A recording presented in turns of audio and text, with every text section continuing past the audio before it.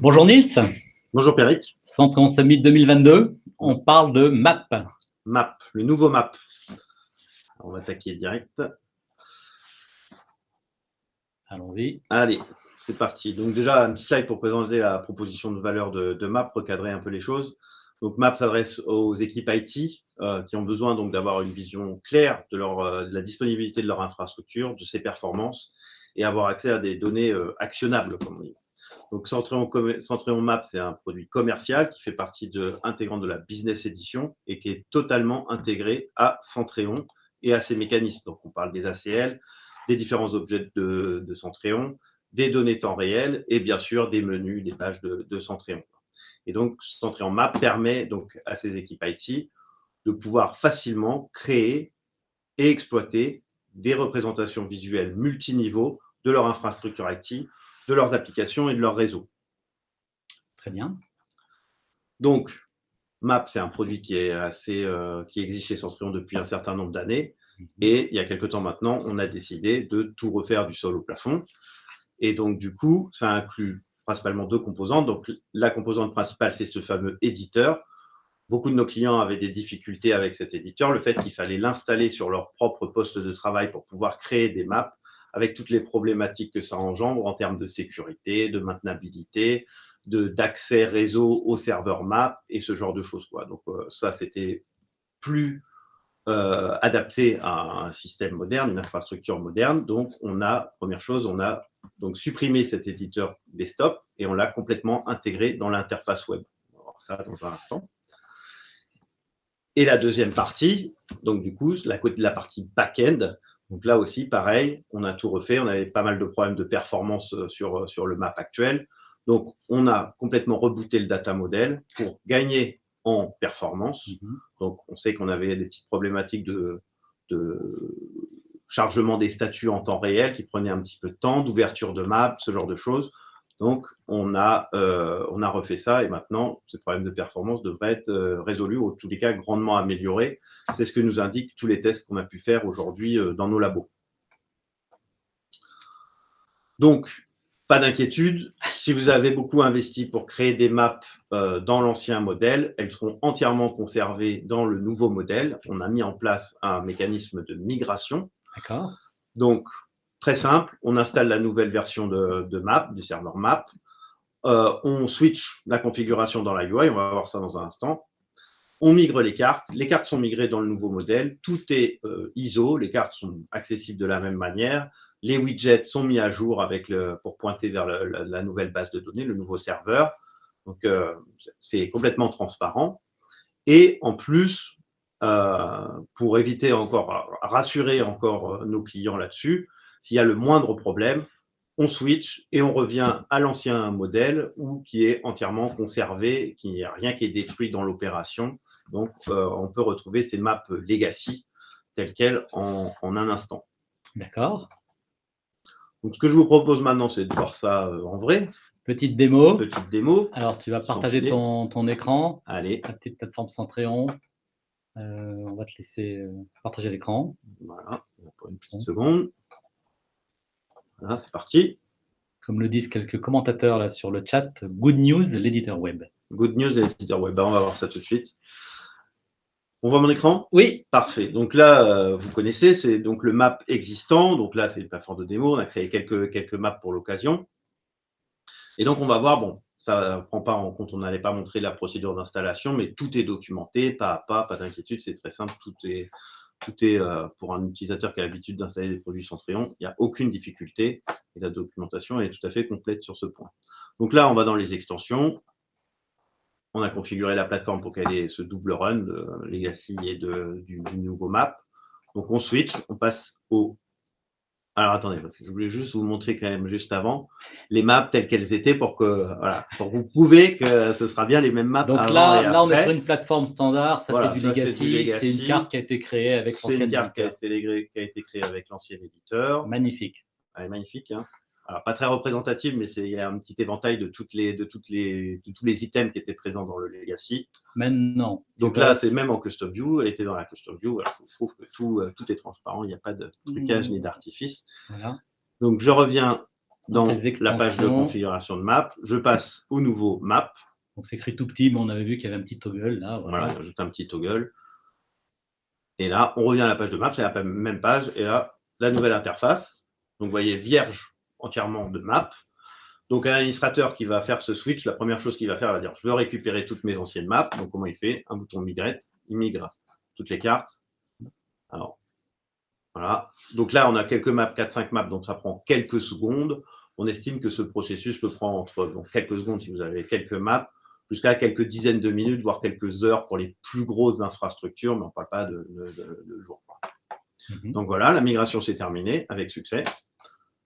Et voilà, on retrouve donc nos 4 maps, la GeoViews aussi qui a été migrée dans le nouveau format. Donc, on prend une map, alors je peux vous montrer aussi dans la Custom View, toujours pareil, ça a été migré, on va pointer donc là vers la nouvelle map, le nouveau serveur map. Donc là, si on revient à map, on va créer cette magnifique map, comme le disait Pierrick. Donc ça, c'est la même map, mais dans le nouveau modèle. Dans le nouveau modèle, voilà. Éditable depuis le web. Voilà, c'est ça. Donc là, la grosse nouveauté, c'est l'apparition de ce petit bouton Edit qui va permettre, du coup, en haut à droite, de pouvoir rentrer directement dans le mode d'édition depuis le web.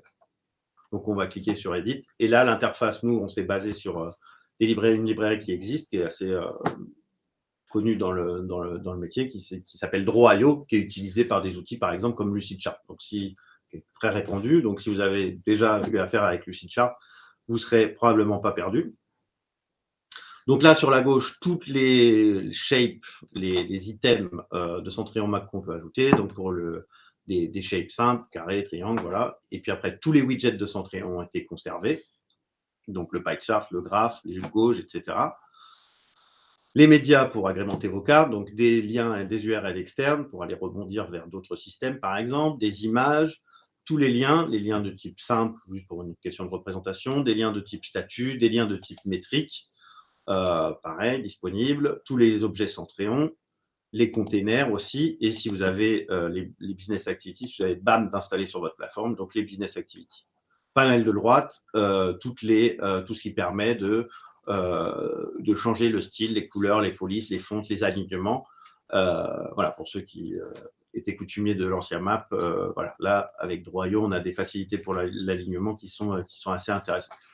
Donc là, pas de fake, hein, je peux modifier cette carte existante qui vient du Legacy. Par exemple, je vais mettre un container là pour avoir cette vue multiniveau là.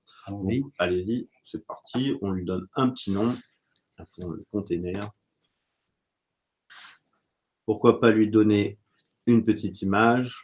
Voilà. Hop, c'est parti. On sauvegarde. Et là, on va pouvoir accéder donc, au multitab. Donc, je rentre dans mon container et là, vous voyez, 2 tabs. Un tab pour le container, un tab pour le premier niveau. Voilà. Comment ça marche? Alors, très rapidement, je mets un autre, je le configure. Voilà. On peut même mettre un petit style de météo. Vous voyez qu'on a conservé toutes les fonctionnalités qui existaient dans Map avant. Voilà, je peux en mettre un autre, par exemple. Hop. Je configure. Voilà, un petit lien même, on peut aller jusque-là. Allez, on profite des petits points d'accroche de l'éditeur qui sont un peu assez simples. Voilà, pareil. Donc là, c'est un lien de type statut, je crois que j'ai mis. Donc, on le configure. C'est un OS, par exemple. Voilà. Et voilà. Donc, on a créé un nouveau niveau dans notre map. On a modifié une carte existante qui venait de Legacy. On a pu la modifier, lui ajouter un autre niveau. Voilà, on aurait pu faire absolument n'importe quoi. Et voilà, là ici, on voit notre nouveau container et on peut naviguer dans le viewer comme c'était le cas avant. Voilà, donc une autre chose sur laquelle on a travaillé, donc c'est sur la gestion des droits. Alors, je surveille le temps, je surveille Pierrick d'un œil. Moi, je surveille les questions qui commencent à être posées, mais vas-y. Parfait, donc j'y vais. Donc sur les droits, donc là j'ai une vue admin, donc j'ai accès à cette migration. J'ai aussi accès donc à la possibilité de déclarer des nouveaux créateurs. Donc il y a, on va dire, 2 rôles dans 3 rôles avec l'admin dans Map, ceux qui ont le droit de créer des cartes et ceux qui n'ont pas le droit de créer des cartes. Donc il y avait effectivement une question sur les ACL. Donc, voilà, donc là c'est le moment. Donc sur les créateurs, donc la granularité de Map, c'est sur les groupes d'ACL. Donc vous avez vos groupes d'ACL et vous pouvez donc donner les droits de création de nouvelles maps. donc à des groupes d'ACL. Voilà, bon, là, on a 4 groupes d'ACL qui sont définis sur cette plateforme. Et de la même manière, map par map, on peut donner des droits donc aux différents groupes d'ACL, aux personnes appartenant à différents groupes d'ACL. On parle d'ici de privilèges, en fait, et donc on a 4 niveaux de privilèges. Pas de privilèges. Vous n'avez rien le droit de faire, vous ne les voyez même pas. Ouais. Le privilège de viewer, donc vous pouvez accéder aux cartes en visualisation. Éditeur, vous pouvez en plus les éditer. Et owner, du coup, vous allez pouvoir donc les partager et les supprimer. Donc voilà, le créateur, celui qui va créer une nouvelle map, son groupe d'ACL sera automatiquement assigné au groupe de owner. Donc là, par exemple, si au viewer, je leur donne, j'ai un groupe d'ACL qui s'appelle opportunément viewer, auquel je donne les droits viewer. Le niveau de privilège sur cette map viewer, voilà, bon, ça y est, c'est fait. Par exemple, si là, je reviens là et je me connecte donc avec un autre utilisateur qui fait partie de ce groupe d'ACL, on va voir que déjà, la URL de Centrion a changé. Cet utilisateur n'a pas les mêmes droits. Il ne peut pas configurer ou administrer des choses sur la plateforme, mais il a le droit d'accéder au menu map. Et là, on voit que déjà, d'une part, cette personne ne fait pas partie des créateurs, donc il ne peut pas créer de carte. Il n'a pas, le bouton d'ajout de carte. Par contre, il a les droits de visualisation sur cette carte et je me trompe des cartes d'ailleurs. Et donc du coup, il peut y accéder, mais là, on voit pas d'édition. Il ne peut pas rentrer en édition. Donc voilà, c'est comme ça qu'on a géré les choses. Cool. Voilà. Alors, je vais revenir à mes slides un petit instant. Voilà, c'est la cascade. Non, donc, le temps de re-switcher d'écran et de repasser sur les slides. Voilà. Démo, vas-y. Et après, on aura le temps de répondre à quelques questions. Voilà. Donc, en termes de disponibilité. Donc, là, ça, c'est une des grandes questions. Voilà. Quand est-ce que c'est disponible? Quand est-ce que c'est disponible? Quelle version? On fignole les derniers détails à l'heure où je vous parle. On est en train de publier la documentation, de tout publier les packages, etc. Disponibilité comptez lundi matin. Comme ça, on passe le week-end tranquille. Lundi matin, vous pouvez vous y mettre, commencer à faire les migrations. Donc, première cible, la 22.10, bien sûr. Donc, on va livrer une première version disponible sur la 22.10, donc lundi. Et puis, du coup, comme on souhaite aussi on sait que voilà, c'est pas toujours facile pour nos clients de migrer d'une version à une autre, etc. Donc, on a une compatibilité descendante avec la 22.04. Et là, pour le coup, la version viendra d'ici 2-3 semaines à peu près. On pourra livrer donc le nouveau map sur une 22.04. Voilà, donc, pour répondre aux questions, clairement, voilà, c'est 22.04 aura aussi ce nouveau map dans quelques semaines. 22.10 lundi matin. La doc officielle, pour l'instant, n'a pas le client web. Ce sera lundi. Lundi. Dans la doc, il y aura le client web. Voilà pour les questions de disponibilité. Par contre, ce ne sera pas disponible en 21.10, non, 20, ce sera pas etc. On respecte le cycle de support de nos versions aussi. Très bien. 22.04. Et puis, alors surtout, je pense qu'un autre message que je voulais passer aussi aujourd'hui, je pense qu'il est très important.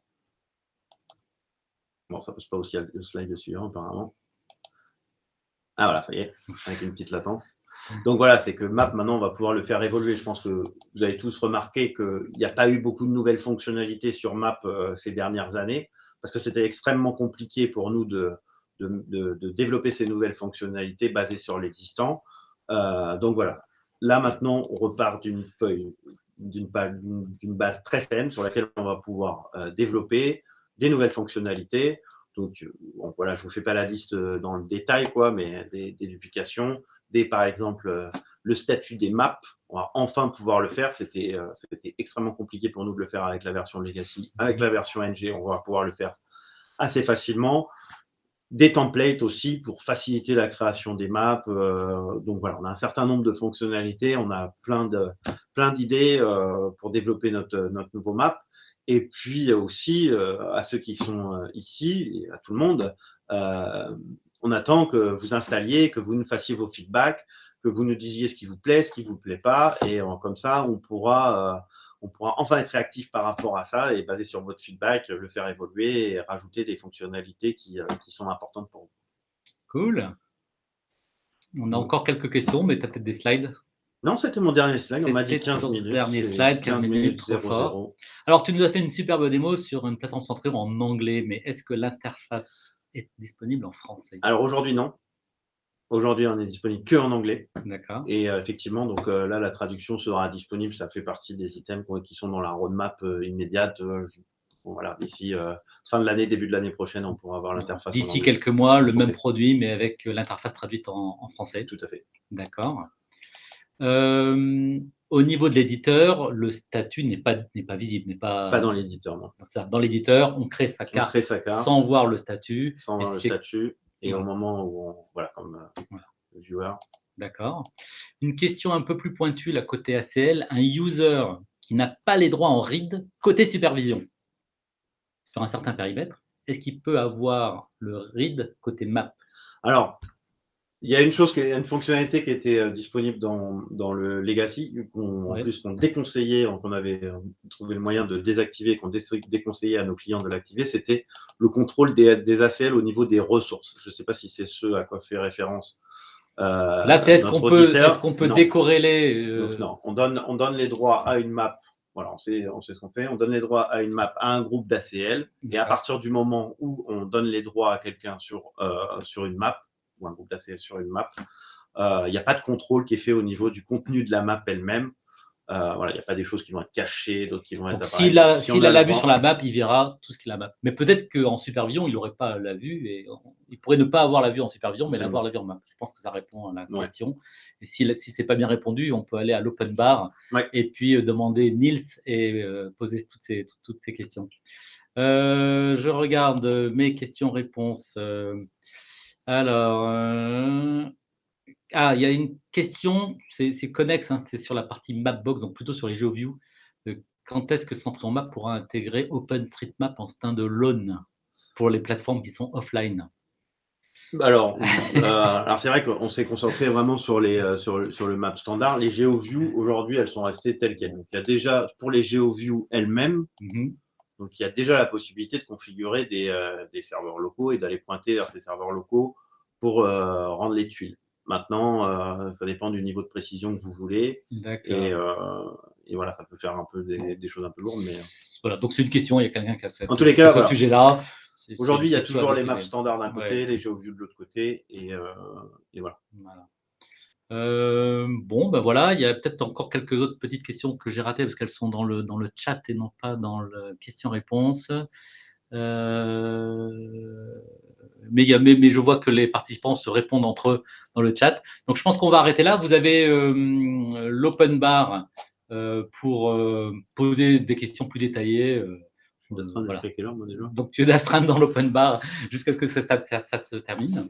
Et puis, moi, je retrouve tout le monde dans un peu plus de 5 minutes là pour une nouvelle session. On peut aussi retrouver Anaël pour une session avec Philippe Samet.